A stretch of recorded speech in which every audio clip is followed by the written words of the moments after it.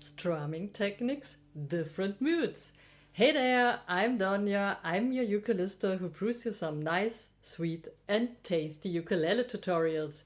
Today we go ahead again with the free play and we talk about rhythm techniques that you can also express yourself just with one chord, how you feel, what you want to tell yourself or to the audience to express the inside to the outside, how your body, mind and soul feels at the moment. So like I just did with the 3/4 beat.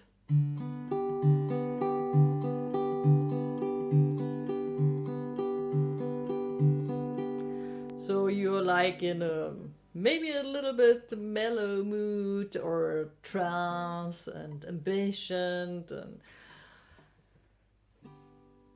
you want to like wiggle around a little bit, or what I did with the rest stroke before.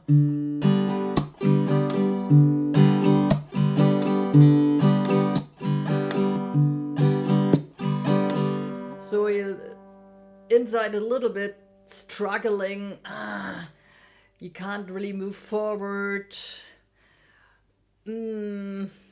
So it's like bam, you're knocking against something, but then you go a step forward or so. So it's like a interrupting beat or dance.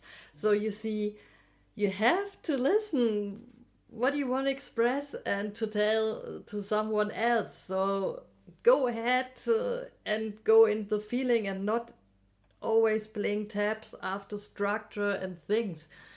Just feel the emotion, what's going on inside you, and try it and leave some comments how all the free play techniques work out with you, if there are any open questions, if there's anything you want to know. But today practice the free play through rhythms. So if you need the taps, not the taps but the rhythms I just played, come to my Patreon page. There you get PDFs and everything, and we do further steps and things.